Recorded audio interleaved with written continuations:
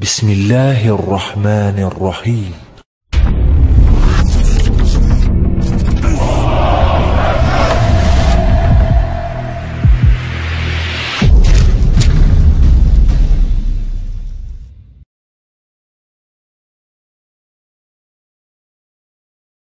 Mereka bergerak menguasai dunia dalam 3 ranah: simbol, ritual, dan arsitektur. 3 ranah ini mereka sentuh. Kata kunci kita, api dan matahari.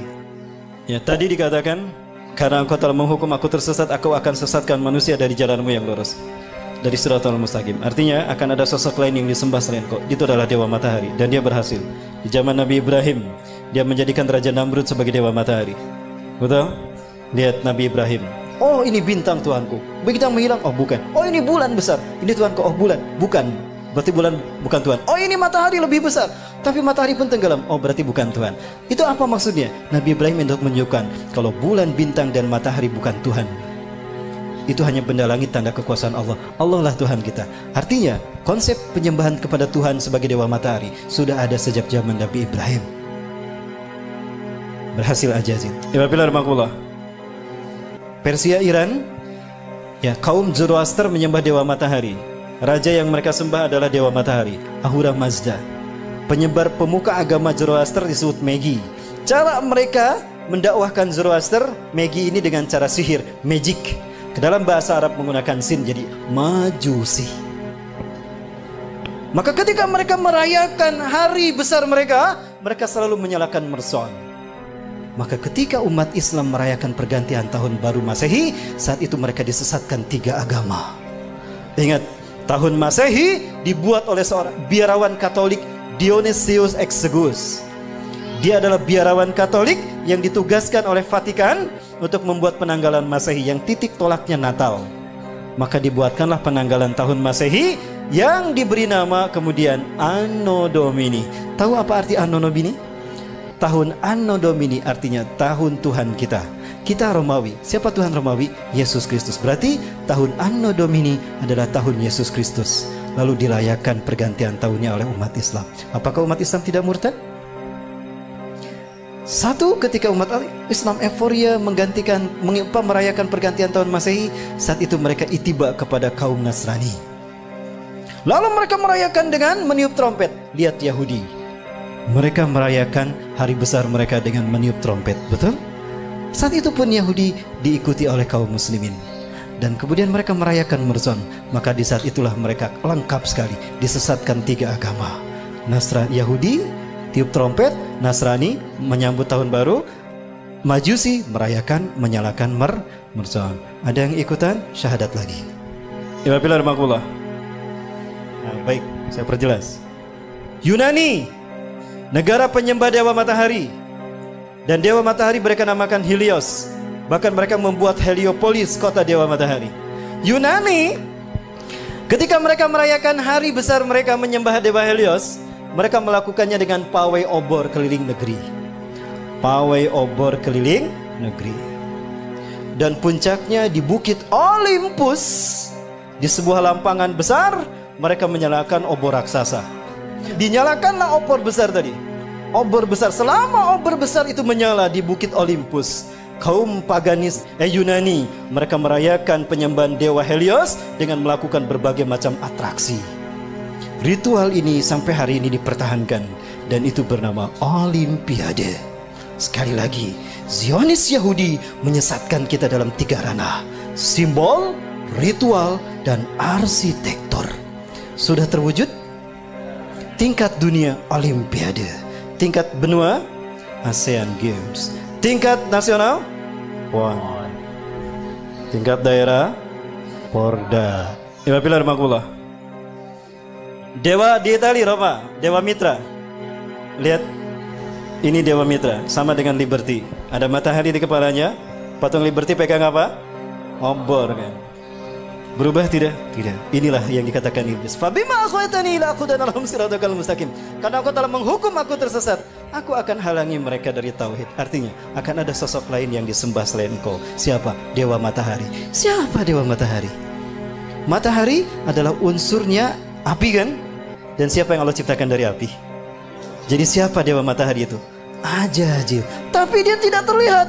Maka dia butuh sosok manusia yang menjadi kembaran dia seutuhnya. Samiri. Jadilah dia Dwi Tunggal. Siapapun yang mengangkat tangannya seperti ini, berarti dia komitmen kepada iblis dan Dajjal. Baik, di Amerika Latin, Amerika Selatan ada 3 suku bangsa menyembah Dewa Matahari. Suku Aztec di Meksiko menyembah Viracocha. Suku Inca menyembah Dewa Inti di Brazil. Suku Maya menyembah Dewa Kukulcan di Amerika Latin. Ya. Dan di Mesir ada Horus, Dewa Matahari. Dan Horus selalu digambarkan dengan kepala burung. Kenapa? Ketika Tuhan turun ke bumi selalu menggunakan burung. Dan burung adalah simbol singgasana tinggi. Maka siapapun yang menjadikan burung sebagai simbolnya, maka dia merdeka, akan merdeka abadi. Maka jadilah burung simbol kemerdekaan setiap. Kebetulan atau sesuatu yang sudah direncanakan? Apakah ini hanya begitu saja kebetulan? Bukankah iblis sudah berkata, aku akan sesatkan mereka dari jalanmu yang lurus, dari tauhid. Segitiga satu mata. Ingat? Segitiga digunakan iblis karena dia melihat ke bawah. Dia berada di langit ingin berkuasa di dunia. Ajazil menghadap ke bawah. Samiri pun sama. Dia ingin berkuasa sebagaimana Tuhan di langit. Maka segitiganya menghadap ke atas.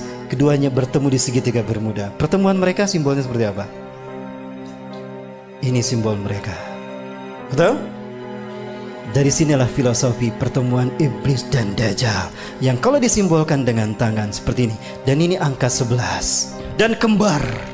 Itulah WTC 911. Menggeser nama keberadaan Tuhan. Kecelakaan, kecelakaan. Call 911, call 911. Tuhannya hilang. Musibah, musibah. Call 911. 911 yang disebut Tuhannya hilang. Keberadaan Tuhan digeser. Yang pertama disebut manusia ketika akan terjadi musibah kecelakaan. 911. 9 tambah 11 berapa? 11. 9 tambah 1 10, 10 tambah 1 11. Itu simbol pertemuan iblis dan Dajjal yang mengaku maha tinggi. Dan itulah WTC. Dan WTC dihancurkan di titik balik pertama di milenium ketiga. Milenium ketiga itulah yang disebut dengan Y2K. Kepada dunia, dunia latah, bahkan negara Arab termasuk Indonesia, kami siap menyambut Y2K. Betul?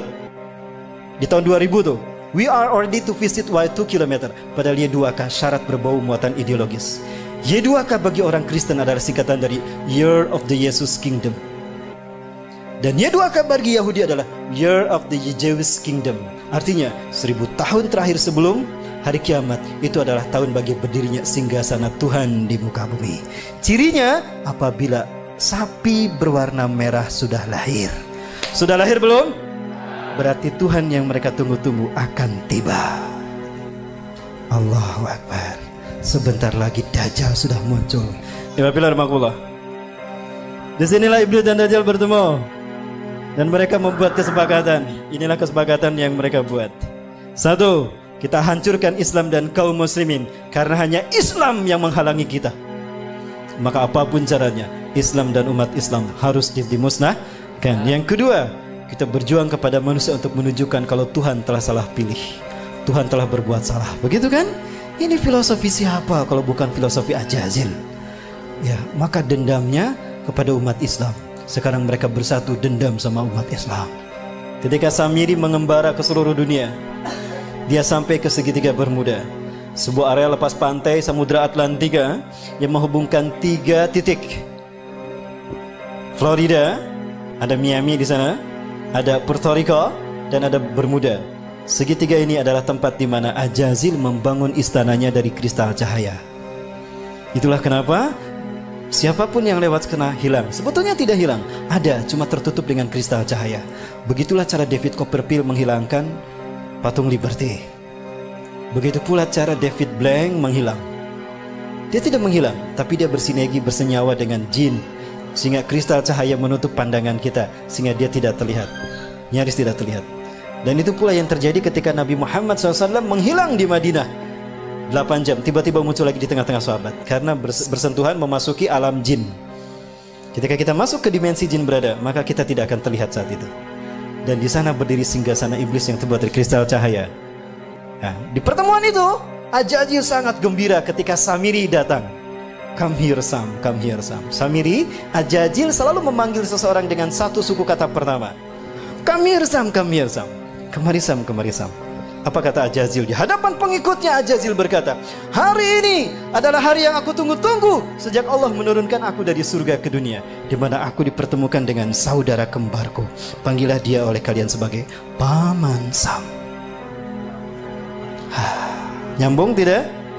Nyambung dengan Amerika. Inilah jawaban kenapa Amerika menjadi negara superpower. Kenapa dia intervensi urusan negara orang lain. Dan kenapa dunia seolah takut tidak mau menghukum Amerika dan Israel? Karena Amerika adalah negara bentukan Dajjal. Saya yakin demi Allah,